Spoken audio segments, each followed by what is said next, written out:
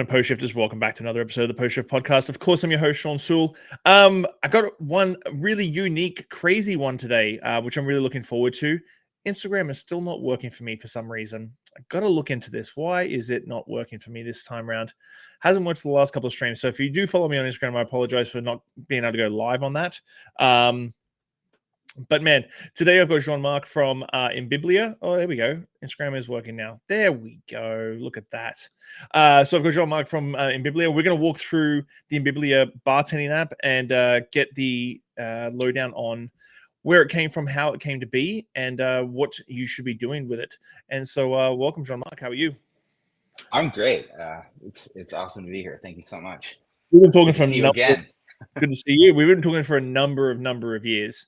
And I remember, I think it was during the pandemic, you hit me up and was like, hey man, like I got this idea for the app. Like, what do you think? And I'm sure you were pitching this and like farming it out to a few people, saying what their opinions were going to be. But it was all about the early stages of Imbiblia. So what was your origin story, your driving force to sort of, where'd you come from to launching Imbiblia? Yeah, sure. So I was, a bartender for a decade plus. I helped open up, a fancy restaurant in Boston. Then I worked at the Four Seasons in Vancouver while that was still open. That's where I met Justin Taylor, who hooked me up with you. Shout out to my boy Justin Taylor. And then I followed him to Cascade on Main Street and was there for a few years. So kind of did the rounds. And as in terms of the app, one of the things that I guess its origin story was, when it's 12:59 or 1:40 and your last call, and suddenly you get are we allowed to swear on this? Is this family friendly? You can swear. It's not family friendly at all. When you're fucking getting buried and like shits are just like popping up galore, but you're in the flow. You're just like dancing, and it's like you're having a great time. But then a recipe comes up and you haven't made it in like 7 months, and you remember like 90% of it, and you're like, I remember it's Fernet, but like how much? Or it's the opposite. It's like, I know there's like a quarter ounce of this, but like what? I know it's dark. What is it? And then it breaks your entire flow. You have to stop everything. You usually have to turn around. You have to open up a cabinet. You have to pull out the infamous, infernal, drive me batshit crazy sticky binder. And then you spend like, you look like an idiot because like everything's still going crazy.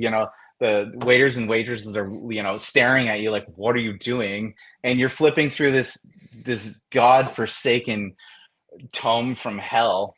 And then you have to scan a block of text just to find that one piece of information that you're missing. And I'm a very slow reader on top of it. So it drove me absolutely nuts because it was such it wasn't just a stutter in the work. It was like, hold on, let me trip on my face, eat shit, knock a few teeth out, and glue them back in. Oh, I'll get back to working and making drinks now. So that was like incredibly infuriating to me. And what I knew is that reading is pretty slow even for the fastest readers when you compare it to how well the visual system can filter and comprehend other things. Like, best example I can think of is driving a car.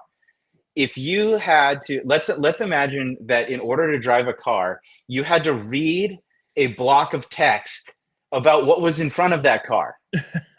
Like, no one would ever get anywhere because you'd constantly be scanning for like girl running after her ball kind of thing, or like crazy cyclist veering, making a weird turn or something. It doesn't work. But our visual system just filters out most of what we're seeing while we're driving, and we only pay attention to those high like urgent things. Like if a ball does start bouncing out into the road, you instantly pick up on that, whereas you're ignoring like all 150 pedestrians on the sidewalk that you're just like cruising by. And so my theory, my hypothesis with Imbiblia was really like, what if we could take a cocktail recipe and disaggregate it, take it away from text, and translate as much of it as possible into a visual format? And then when you're in that situation where you're getting slammed and you need to check just one little detail, I made it with Imbiblia, so it's like 3 taps, maybe a little bit of a scroll, and it's there. And it's only 2 taps if you've already got your app open during work. And then you can basically filter out all of the information, because the glassware is in one section, the methods is in another, the garnish is in another, and then the central part of it allows you to pick out which ingredient you need ASAP, because the ratio chart is color coded, and then all of the ingredients have color dot, and obviously we'll show that in a bit. But your ability to just check something extremely quickly and waste as little time as possible is just incredible with Imbiblia compared to that cursed sticky binder. So how'd you make that jump? How'd you make that leap between a bartender at 12:45 getting a sticky binder out and going, because there is some steps and there is a lot of logistics involved from like concept in my brain, want to get it out there, to actually like even getting the first step started on creating an app. Yeah. There's a quote that I found from someone on Twitter that I really like, which is something to the effect of our underestimation of how long something will take and how big of an endeavor it is allows us to bite off way more than we can chew. And then once we get into that process, and there's that sunk cost fallacy of like, well, I've come this far, I might as well just keep going, which is to say that like it took a lot longer than I imagined, because I was just starting to like get curious about coding, and then I basically taught myself how to code pre-AI. So you coded all this yourself? Yes. Basically, Imbiblia all the way up to Imbiblia 2.0 is like 97% just coded the old school way. And then once GPT was good enough to actually start helping, because it's a huge application. Even though it looks pretty simple, there's this vibe coding thing these days, which can do like basically the fidget spinner or fidget toy equivalent of an app. It can do that really well. But if you want something like large and complex, you really have to understand, software architecture in order to get the AI to do all of these tiny little things correctly. So yeah, Imbiblia as it stands today is almost all like human built, which I'm proud of. But now AI allows me to move development even faster, since I know what I'm doing and I can focus AI on that too. So when someone wants a feature, a new feature that makes a lot of sense, I can build that way faster than I could before. So with all the cocktail apps that are out there, because there is a lot of cocktail apps out in the market. Mm-hmm. What did you set about, or what did you see the hole that you had over, say, anything else that's out there?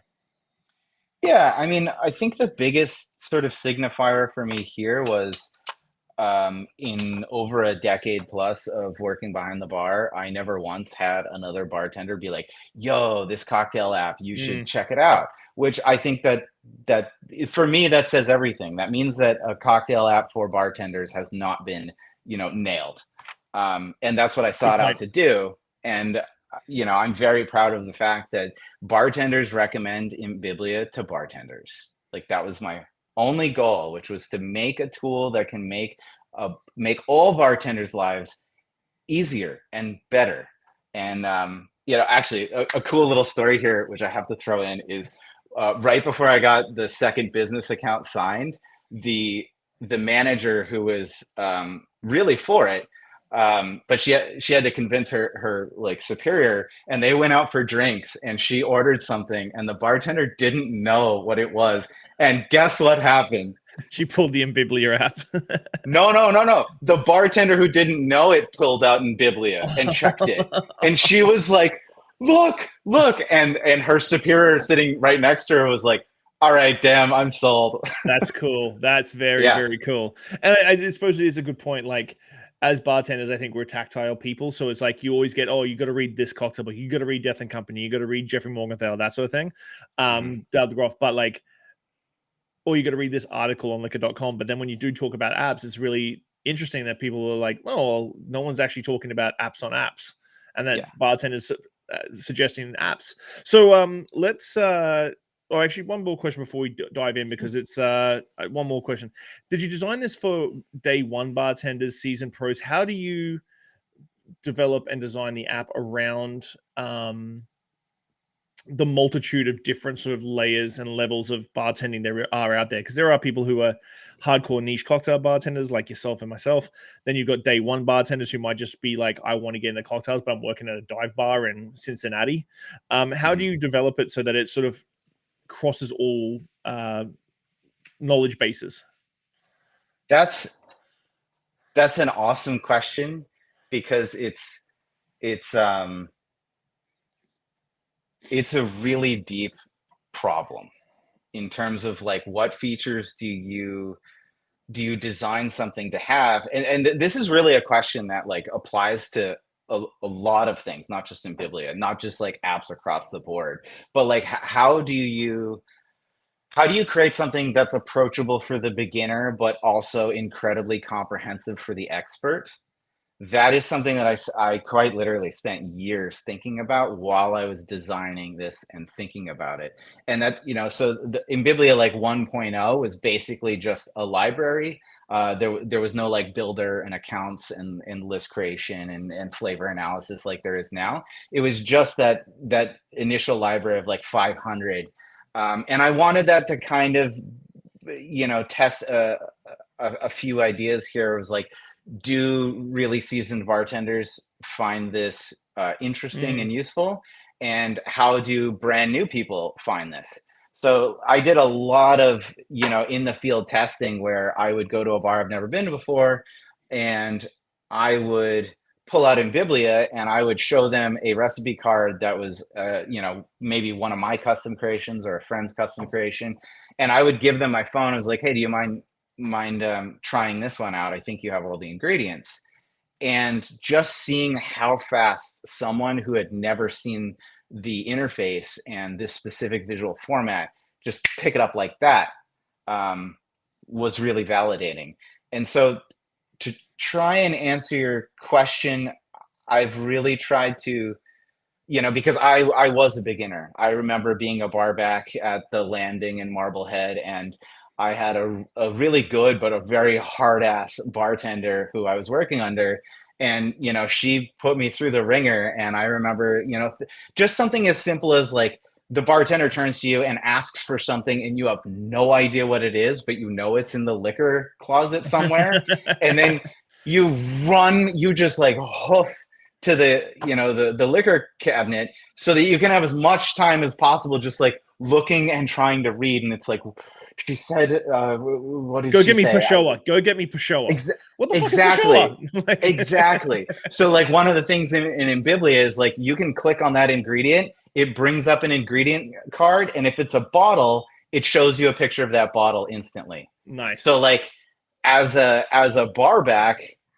I could, run to the liquor store, pull out in Biblia, check that ingredient, and be like, "Oh, it's this one," that kind of thing. Nice. And then from, the other end of that is like after 10 years, after reading, all of the great cocktail books, diving into Wondrick, etc. Like, how do you cater to the nth percentile of like nerdy bartender? It's like, well, then it comes down to extreme granular detail. Like, Mm-hmm. can I like, for example, in the builder, probably the biggest challenge in the last, like once I launched 2.0, the biggest challenge became very evident because most things are in volume, but some things are done with weight, Yeah. which is a real problem, because if you want to convert between weight and volume, you need density. And density is not an easy metric to come by when you're talking about something as kind of superfluous or superficial as like an orange peel. It's like, what's the density of an orange peel? You can't Google that and get a straight answer. But I managed to figure out a way that did this incredibly well. And it was very, very difficult, but I made it happen. And now what that allowed me to do is I could then add units of measurement in weight, not just volume. And Imbiblia just does all of the calculations between weight and volume for quite literally every ingredient in the platform so far. There's over 4,000 right now, and more are getting added all the time. So, back to your question, a super nerdy bartender needs to be able to create a recipe that has, dashes of something, that has milliliters of something, that has grams of something. It needs to be incredibly comprehensive when it comes to these specific measurements. And it was, like I said, it was incredibly difficult, but I'm so glad I did it, because once I did that, everything else was possible. Like that, the bar that I mentioned that has 426 recipes on Imbiblia, that was required. Like they had weights for almost all of their custom ingredients, which then get nested into their regular canon of recipes, and it all just works seamless across volume and weight through those secret density values. The secret density coefficients that are in the back end of Imbiblia. Exactly. Yeah, that's basically what's happening. Okay, so let's take a look at. Do you want to share your screen there? Yeah, I'm gonna sure. bring that up. Let me just go here. Yeah, get rid of that one because I'm. Oh. Window. Oh wait, no, not window. Sorry. There we go. Share screen. All right, there we go. There we go. Work. So we're going to flick that over there. So that is the front end of Imbiblia right there. Yeah, so what we've got on the right is basically your standard personal account. This is a business account on the left. We'll get into that. When you download the app, it is a free download. That was super important to me. I wanted to be able to offer a lot of value for free. So free downloads, you get the whole public library. You get access to, that was annoying. You get access to, the non-alcoholic list, the ingredient list, and then you also get to see new recipes. So these are all recipes that have been added by users on Imbiblia. It's the latest 50 recipes that have been added. There's actually been obviously a lot more. So yeah, I wanted this to be useful even if a bartender wasn't at the point in their career where they could justify spending a couple of bucks a month in order to have like the full profile and the builder and whatnot. Like if you're a bar back and you're in that situation that we were talking about earlier, I wanted to be able to provide this free resource that is still quite powerful. So just to get a quick view of this visual format that I was talking about, we're looking at an aviation here. And as I said, it disaggregates all of the information and allows you to very quickly zero in on whatever you want. So if you're like, oh, I know there's a little bit of creme de violette in aviation, but I can't remember how much. Like you look at this, boom, you see that purple or violet, and then it matches the dot, and then you look over 0.25 ounces, boom. And you can ignore the glass, the garnish, all of the other ingredients, all the methods. It allows you to cherry pick exactly the information you want based on the situation of information that you need, if that makes sense. Yeah. And so for the business, keep going. Sorry. If you have a quick question, please shoot for it. Oh no, just you finish up with the user one, because I've downloaded it a couple of months ago and I've been playing around with it here and there. When I got it, I don't really make cocktails anymore, so it's not something that's in the front of my brain anymore. Like I don't bartend as much as I used to. So like if you have something that does P&Ls for me and like invoice management, then we can chat about that. But like, it was just not something I did. But like, I started looking into it, and I can see that quick absorption of information that is sort of being relayed there in the color scheme. I'm colorblind, but I can see a difference in all those colors. Colorblind compatibility is something that I've actually thought about a lot, and it sort of planned for the future, but it's not exactly like the top tier priority. But it's good. It's good to know that, because it has been a discussion between me and like, you know, the hardcore group of like Imbiblians who I talk to about this app. So and with regards to the P&L thing, we'll definitely have to talk about that a little later, because you're anticipating a lot of things that are on the developer to-do list. But back to this you know, sort of interface. You know, let's say you forget what creme de violette looks like. You know, obviously this isn't the only creme de violette, You're but it gives swanky you, there. You got yeah, swanky creme de violette. little swanky. You know, same with maraschino. Yeah. So you can like very quickly see these things. Of course, with lemon juice, there is not, you know, there's no bottle, obviously, but you can see the flavor map for lemon juice. So all ingredients have a flavor map like this, which delineates the taste on 12 dimensions. We got sweet, sour, herbal, bitter, vegetable, umami, savory, viscosity, spicy, smoky, ABV, and fat. Obviously, the sour is maxed here. But what this sort of thing allows Imbiblia to do is crunch all of the flavor data from, in this case, 4 different ingredients, use the ratios to crunch all that data, and then come up with a flavor map for the cocktail itself. Does it do that automatically? It does that automatically. Yeah. Wow. Okay, cool. Yeah. And what this allowed, I didn't realize how powerful this feature was until I built it and started using it. So for example, the next thing I'm going to show you is, you know, think about on Spotify,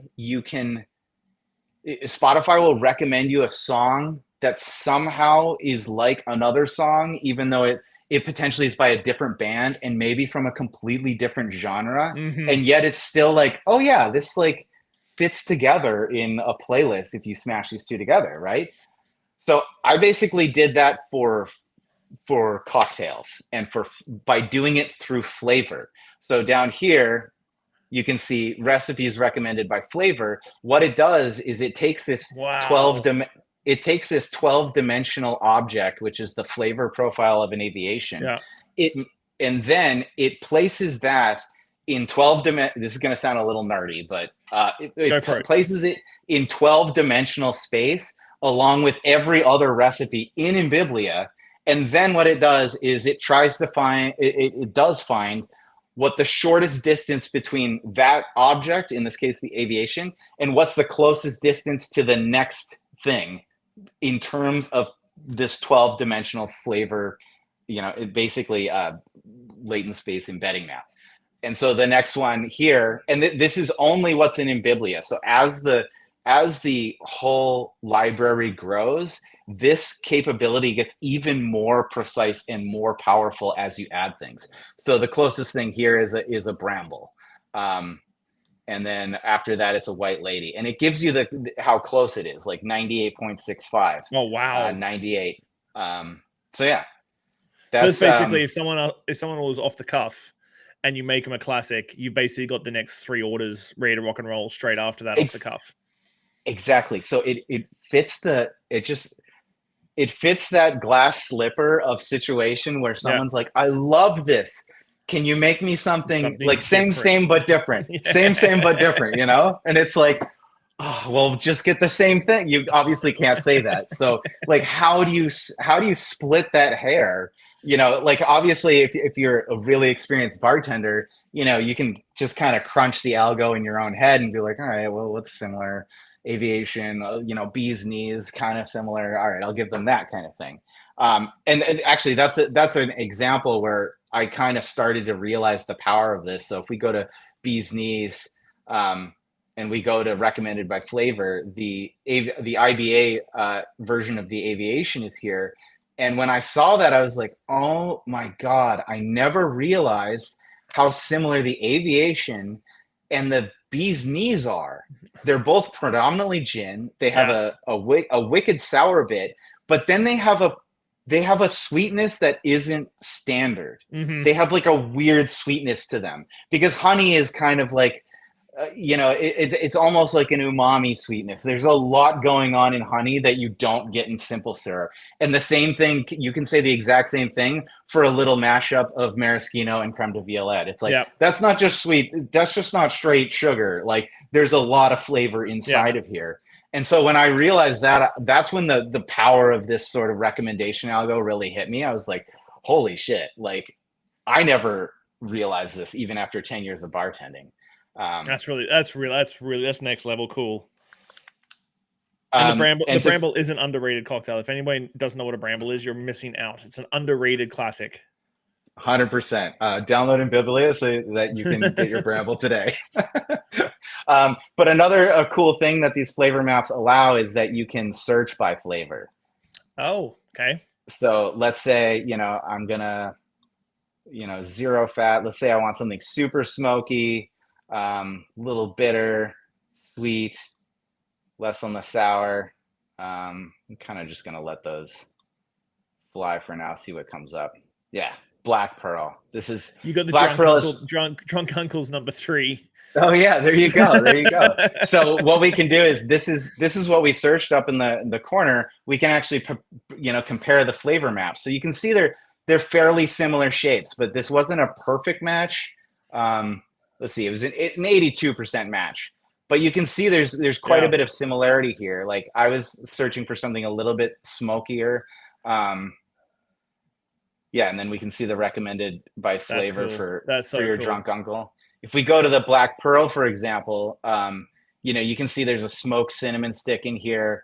It uses sombrero mezcal, so this thing is pretty smoky, and you can see it matches that initial search profile even closer. That's and cool. Look, you can see an 81% match between my buddy Caleb, who's now at Boulevard in Vancouver. 81% match with your cocktail, the Drunk Uncle.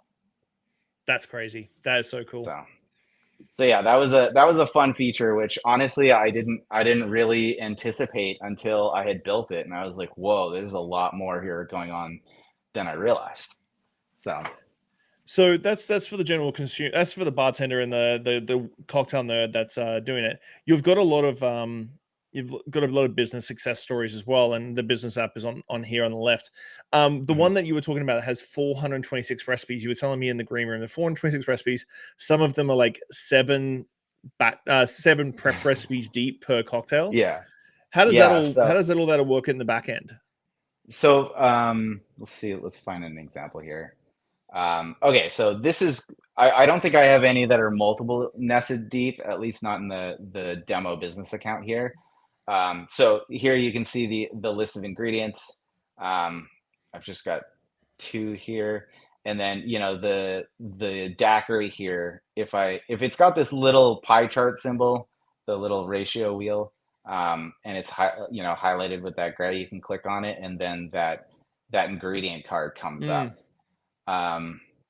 So, for example, with that restaurant you were mentioning, you would click on this and then there would be another custom ingredient, or there would be like 3 custom ingredients, and you could click on those and it would just keep going. And some of them were like Swiss cheese rabbit holes. It was kind of crazy, but it was amazing how well it all worked and how organized it is. Because if you're thinking about, specifically if you're thinking about like prep day, and you have to like prep a whole bunch of different amounts of different things, you can go to your ingredient list here and, bring up your batch calculator and be like, oh, I need, let's say I need, let's say I need 3.5 liters of this. Oh man, I got a little, that's fun. Always fun to find a bug. No software is without bugs. So like, basically you can take your, you can open up everything that you need to make, set those amounts, and then just get, it automatically changes the Hmm. amounts, like 3 liters of gin here, um, 5 liters of tequila here. You can set all those and then just work through that through, through your entire prep session, instead of like dealing with your calculator and, having to write things out and whatnot. And So on the business accounts, they set up everything themselves. They can add recipes and like do all that back end stuff. It doesn't have to have anything to do with you once they've signed up for the business account. They um, basically can just build everything. a couple of things there. One, the first thing that needs to happen is I need to see a list of ingredients, um, Mm. in order to make sure that I have everything in there. So, for example, like, if I, you know, show a little God mode here, this is my account with God mode. It basically gives me a whole bunch of things. And this is where like I manage all of the ingredients, because having precision with all of these and how many do I have? 4,000 right now. Um, I need to make sure that these are all on point. Mm. So basically, a bar that wants to come on board, I will take a look at their ingredient list and make sure that I have everything for them. And then there is an extra charge. Like if you just want to send us your entire, canon of recipes for an extra charge, we will populate the account. Mm. Um, so just to make it a little bit easier. But to answer your question, yes. So in the center here, you can go to the builder, and this is where you can build everything. 1 ounce of rum, add that, and then one thing that's nice here is it starts to populate that flavor map instantly. So you Hmm. can actually workshop a cocktail without ever pouring something. So for example, if I add, a half ounce of, something, let's do something, let's do a juice of some sort. Let's add carrot juice and rum. It sounds weird. You can see that this changed Mm. quite a bit. So your sweet basically everything adjusted here. That's really Um, cool. Yeah, yeah. So, and then you've got all your garnishes here. A lot of crazy things in there due to historical cocktails. All of your methods. And I'm adding new ones of those sort of like every day, not every day, but like whenever someone requests it, because I've made it very easy for people to request things, Mm. specifically ingredients. Like if you go here and you don't, this looks a little funny just because it's on desktop. It's primarily designed just for, let's see if I'm gonna just write desk because I know there's nothing that has desk in an ingredient. And then that ingredient is not in Biblia. You just type it here, and when you press send, this goes directly to my phone. And then I whip out in Biblia, and with my sort of like God mode account, I add that ingredient within minutes. And like That's my crazy. my average ad time is like somewhere between 90 seconds and like 5 minutes. I mean, sometimes it takes me like if I'm in the middle of something a little crazy, but like there's been many times when I'm at the gym and I get like a few requests and I just like stop there and add ingredients between sets. But that's also something that's going to change because it's going to become I'm basically going to take myself out of the loop. I basically just babysat that whole process just to make sure that every detail is like kind of perfect, and I review it before basically making it active. But I'm going to start transitioning to making it even faster and smoother for the user and for myself, to be honest. Um, Well, that's really cool. So I'm gonna just drop out the mirroring screen there. Back to watching two screens and the pop up screen was a lot. Um, so how are you with the feedback you were just mentioning? Like you get requests for things. When it comes to feedback and adding new features as it grows, how is the app growing for you since date like 1.0? Are you working on 3.0 right now? Is 2.0 doing really well? So you sort of just like letting dogs lie sort of deal, or is 3.0 in the works? um, basically 2.0 is just going to keep evolving. The jump between like 1.0 and 2.0 is like huge, and that was mostly due to like I was still learning as a coder in terms of how to pull it off. Um, and so like yeah, I wanted to launch something because my initial vision was this complete platform that we've looked into a little bit, and my sort of sensei of coding was like, nah dude, just like launch something simpler, like your MVP, get that out there. If you get good buzz and it Yeah. people, it actually works, then build your huge dream. And 1.0 did great. It hit #1 on the App Store on day one. It got Wow. featured by Bon Appetit magazine, which was pretty amazing. And it sold, that first 1.0 version, it wasn't free. It was like a couple of bucks, and it sold every day for years until I got 2.0 up and running.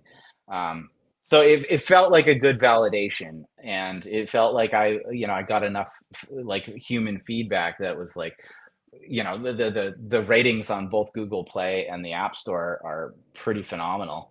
And the tiny little gripes that like a couple of those reviewers have, 2.0 just completely tiles over all that stuff and solves every one of their tiny little quips. Because when I first read those, I was like, it's coming, it's coming, it's coming, don't worry.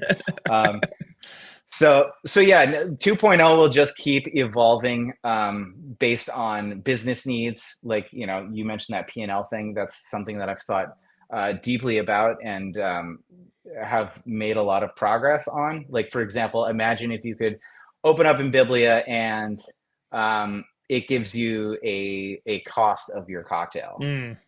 And then, one thing that we didn't look at is that with the business account, you can create customizable lists, and you can have analytics applied to those lists, so that, for example, you get a flavor wheel that crushes the entire cocktail set in that list. And so then you can very quickly see holes in your menu. So like, let's say Oh, you're launching a spring menu, and you just go to that, you tell your bartenders like, add what you want to this list that you want to be on the next menu. Do that, add them to your staff account in Imbiblia, add that to the list, and then I'm going to review it next week to see what else we need. And then a week goes later, your staff's added a whole bunch, and then you just go to the list, and instead of looking through all of the cocktails individually and trying to see where there's you're not catering to some part of the market, you just go to analytics, look at the comprehensive. It's got comprehensive and aggregate views, which do slightly different things. But the comprehensive one, you look at it and you instantly see that, like, there's not a lot of color in, like a well-balanced menu should have like pretty high marks for all of them. But like, let's say you look at it and you're like, oh, we have like our score for smoke is 0. yeah. And it's like the Scotch and Mezcal crowd is not going to be happy with this menu. Yeah. So instead of like spending all the time to figure that out, just at a glance, you can figure that out, and then be like, hey team, I need something smoky. Like, get something smoky on this menu for me to like look at. And then someone adds something, and like, boom. Now that flavor wheel just looks like perfect. And you can be confident that you're not missing a part of your market with regards to flavor. So with do you actually get the data of like who's looking at what cocktails? Like, do you have Difford's Guide does their 100 most searched cocktails on their website every year? Do you have that same sort of aggregate data from the app of like who's looking at what cocktails? I did build that functionality. I haven't looked at it in a long time, to be honest. I'm just saying that's social media fodder right there for you. Yeah, for sure. That's a great idea. I can implement something like that to make it way easier for me to see, like, pronto, because all of that stuff's already built. I forgot that it was there. I'm just giving you notes to give you more work after this. Yeah, no, I love it. The more the better. Let's talk about business and community. How are you growing the Imbiblia community? Is it just about the downloads, or is education and the culture component in your vision as well? Because I know sometimes as entrepreneurs we get very like blinkers on, like I need to do this and make sure that it runs this way, and like as you were saying, there's always bugs in software. How do Mhm. you sort of balance out that, okay, well I want to build, as would you call it, imbiblians? That uh that is not my term. Someone called themselves an ambiblian, and I was like, "What?" It's like, okay. Um, Is it about so, the education, the culture, as well as like the downloads of it all? I mean, absolutely. I think of Imbiblia as sort of the ultimate cocktail book. So in terms of education and information, I'm very proud of like how comprehensive it is. Like for just an example, like all of the historical cocktails in Imbiblia, um, and this could potentially be a very big rabbit hole. I'll try to keep it brief. All of the historical cocktails I personally researched, and I had about 75 or more cocktail books, and I basically looked up that cocktail and Mm, tracked it through history yeah. in order to make the best decision about what the best representation Hmm. of that was. And in many cases, I have multiple of the same cocktail with different years, because that's an important part of understanding that particular cocktail. Like, for example, I think it's um, I just have like a really good example. I don't think we need to share screen, but yeah, the Manhattan. I Mm. have one, two, three, four, five, six, seven, eight, and some of those are variations, like Perfect Dry Black. But Yeah. like, I think it's an incredible piece of history that in 1884, in Byron's book, I think it was Byron, you had two Manhattan recipes. You had Manhattan number one and Manhattan number two, and one of them is incredibly fucking weird. But I felt like that was really important to like have side by side with your normal, your modern Manhattan, Hmm. because if you open all of these in Biblia and just scroll back and forth looking at them visually, you can see how this one cocktail has morphed over 100 plus years, from something that was very bizarre to what we have today. But you can see, the thread through all of these, decades and centuries, in order to see how it started. So the education part was incredibly important to me. And so like the other component of this sort of like historical research was, if you open up um, like the flowing bowl, you'll Mm. find a bunch of recipes that for a modern bartender, for the modern bartender's eye, are kind of weird and So- very difficult to understand, yeah. because you'll see like a dash of rum and you're like, what the fuck you mean a dash of rum? Like out of a Japanese dasher top? Like that's not going to make much of a difference to your cocktail. And so I went on this. I didn't expect this. Like, going back to like things taking way longer than you think they will. I ended up writing a 50-page research essay on what the dash meant in the pre-modern bartending era. And the way that I came up with like my sort of final answer, was I took the Knickerbocker, which is one of the oldest cocktails, and I basically tracked it through time and triangulated it in terms of like its flavor profile couldn't have changed that much because the ingredients are stable. Hmm.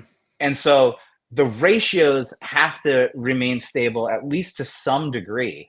And in that way, I was able to find old versions of the Knickerbocker that call for a dash of something that you wouldn't normally think you would dash, and then be able to figure out what a dash probably was in that time. And it was variable, because they were basically taking, a bottle with a modern, speed pour and dashing from that.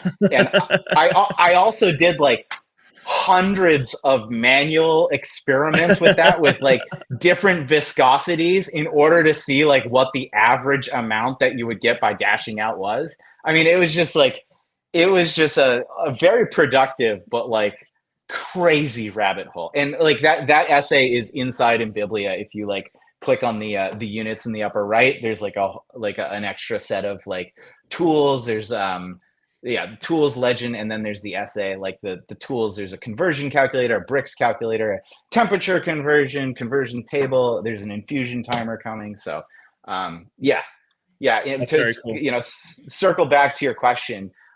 Education is really the heart and the guts of Imbiblia.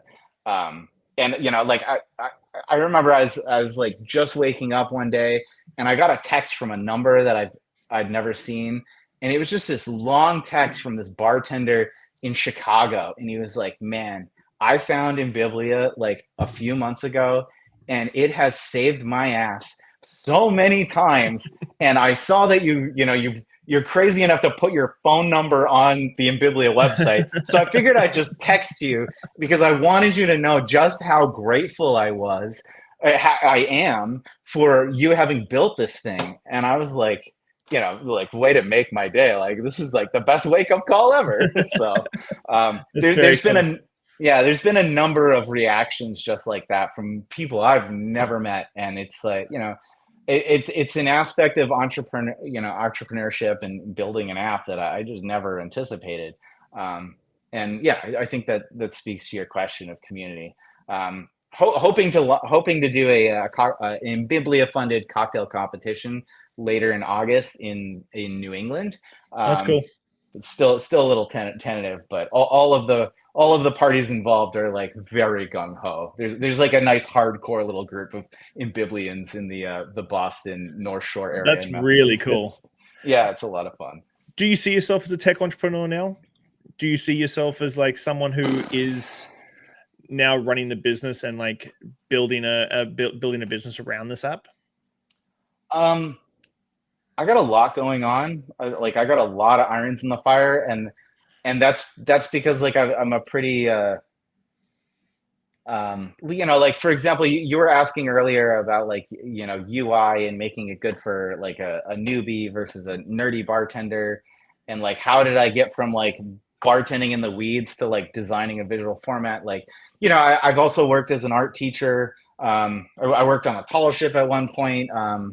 I'm working in media now, which is something I never sort of expected. Coder. So it's kind of like a restless curiosity that's gotten me into a lot of trouble. But in this case, it's also brought me a lot of projects that I'm like, I'm responsible for, and I love being responsible for. So in terms of your question, I don't, in terms of like being an entrepreneur, my sort of take on that is that artists could learn a lot from entrepreneurs, and entrepreneurs have a lot they could learn from artists. And I think trying to smear oneself across a bunch of great categories is sort of the a good way to go about life. So I kind of I see myself as like straddling a few fences in terms of like how do I like categorize myself. But in terms of being a tech entrepreneur, that's definitely one of them. I really enjoy like the business aspects a lot more than I thought I would. I always thought that would be like boring and like MBA, tedious, eye roll. But it's actually a lot of fun to like go on business, be on business meetings and like pitch. It's actually a lot more fun than I thought it would be. But yeah, here I find myself just exploring new art forms. So what's the plan for the next 6 months? Let's we're in June now. Like what's the plan for the end of the year? Yeah, so like I mentioned earlier, I haven't pushed really any marketing for Imbiblia. I've been pretty quiet on socials for basically since the initial sort of hubbub around the launch of 2.0 sort of like died down. And I wanted to do that on purpose so that I could focus on the business accounts and make sure that they were basically perfect for the needs of the businesses that are currently on Imbiblia. And now that's like, for example, fitting all 426 cocktails into Imbiblia with like crazy nested complexities, and it all just like kind of works seamlessly, was like a huge validation. Because the counter would have been like, oh, let's say like 25 businesses sign up immediately, and then I instantly have like way too much work to do, and then I have 25 really disappointed customers Yeah. instead of like I wanted to have a couple of business customers, and then really make sure that it works perfectly for them. And now that I've kind of done that over the last 6 months to a year, now it's like, all right, Imbiblia's got some legs here. It's time to stretch them a little bit. I'm gonna start looking into a few areas in terms of like how to market, how to spread word a little bit more, be a little bit more active on socials.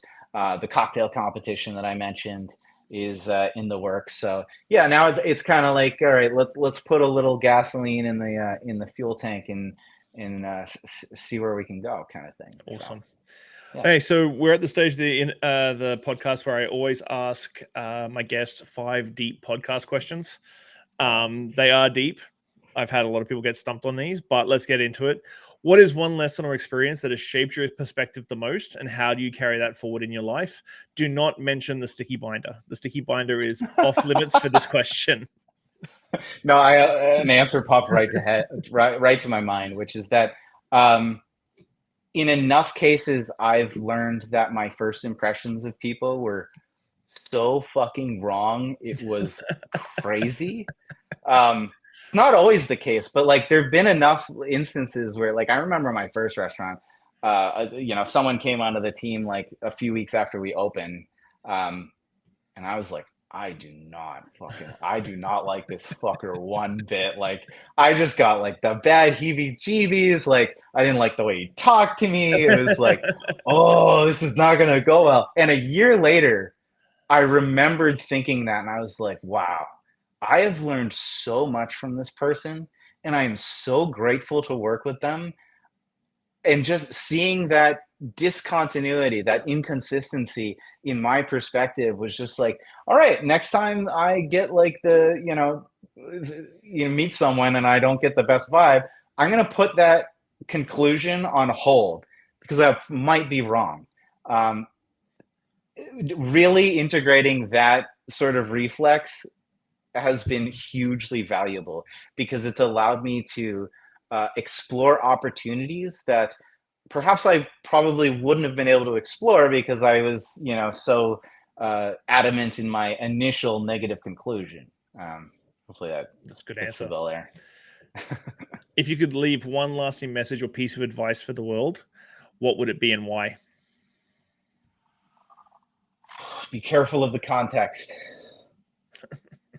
I think a lot of the disagreements between people have to do with the fact that they're talking with different contexts, different shaped contexts that include different pieces of information, different experiences. I think it's really important to realize that, like, if you were that person and you had all of the experiences that they had, you would be saying exactly what they're saying. So, like, what's going on here? And I really think it boils down to the fact that people often are maybe don't focus as much as maybe it would benefit them to think about, like, all right, what context is this person coming from when they say this to me? And like, take my own context into consideration when I'm, receiving whatever they're saying. If it's a fancy way of saying, like, try to put yourself in someone else's shoes, before you snap at whatever opinion they have. So yeah, careful of the context. I think that's a good one. Looking back on your journey, what is something you wish you understood earlier in life? That money is not evil. I haven't had that one before. I mean, if I'm going to be totally honest, like, I was I have like sort of a different life as like a writer and an artist of some kind. And, when I was younger, I kind of had this like, harebrained idea that like authenticity in an artistic sense somehow eschewed money as some kind of like dirty, grubby thing. And then, like, that is, money is for the Gordon Geckos of the world who are like just straight up evil people. And once I started exploring entrepreneurship, like obviously you can't explore entrepreneurship with that idea. Like there's a big inconsistency there, and that contradiction sort of like comes to head. And then I started to think about like money more as like a type of information. Hmm. I mean, if I'm going to get really into it, I think money is uh, fungible trust. It allows us to have trust in strangers, because the money that they have that they're paying us is proof that someone else trusted them. The money that we pay, someone to do something for us, it's proof that someone else trusted in us enough to do something to get that money, and we're transferring a little bit of that trust to someone else. So I think just reframing, in my mind, what money really is and how it functions, and how it actually does us a huge benefit of helping hold society together despite an enormous number of strangers being together. Because if you go back, to prehistoric times when we didn't have money, when you put two strangers together, you did not get what we have when two strangers walk by each other on the sidewalk today. You got blood and murder usually. So when I sort of like came to the realization that maybe there was a different, better, more useful perspective on money, I was like, oh, okay, I wish I'd thought about this when I was much younger. So there you go. How do you define success, and has your definition of changed over time? Ooh, I don't know if it's changed over time because I'm not sure I thought about it too much. Um, how I define it now is how well you can engineer the aspects of your work in your circumstance so that they are an optimal challenge, which gives you the most agency and ability to move forward. Because there's a really strong link between lack of agency and things like depression, Hmm. anxiety. When you don't feel like you have control over something, the human psyche doesn't do very well. Whereas if you do feel like you have agency, you feel much better and you can perform much better. And the optimal challenge is like not too hard to the point where like you get so frustrated you're paralyzed, and not so easy that you get bored and give up as a result of just not being interested. The optimal challenge is the sweet spot where it's like it's just hard enough to keep you interested, and that allows you to make progress. So I think success is really an ability to be like, how do I take what I need to do and break it into small enough chunks so that it fits my current abilities, and it can be an optimal challenge, and then I can actually have fun doing it, figuring it out, and then when I succeed at it, I can move on to the next one. So I don't really see success as like some kind of destination or like a benchmark or a milestone that you achieve. I think success is really, um, the the process that you bring to every day of your life. So, Wow. Last one. What do you hope your legacy will be, and what steps are you taking to build it? ooh, well, to be honest, I'm a big believer in the fact that we might figure out a few things with regards to anti-aging and some other sci-fi things. So I'm hoping that my legacy never comes about because I'm still here. But all right, if I had to like um, answer that in a bit more of a traditional way, I'll admit I haven't really thought about that. Um, I've done a lot of writing, and I would like to think that the things that I've written will be part of that legacy, and that people will be happy I spent the time stringing those words together. And then the same goes for the products. Like I hope that people are grateful for all of the code that I strung together for building things like in Imbiblia and a bunch of my other products. Um, a lot of entrepreneurship really comes down to like trying to make other people's lives easier. If you can make someone's life a lot easier, they'll probably give you money. Is kind of like the nice way to put it. So in terms of like the market is a really good signal in terms of like whether you are achieving that, whether you're being helpful. Um, So yeah, I hope my legacy will be one that like, yeah, that dude was pretty helpful. I'm glad that he came around and spent some time here. That was awesome. So, very last question before we go. What's your favorite classic cocktail? Oh, son of a. Well, I thought about it. It's just as I said it, I was like, oh shit, he just like hundreds and hundreds of cocktails coded into an app. Yeah. It's like it's going to be a tough one to answer. I mean, you know, I mean, a really good bourbon sour, Nice. like, but yeah, a really good, really well made bourbon sour. Just he's gonna hit 99.99% of the targets I need hit. Yeah, I think I'll just go with that one.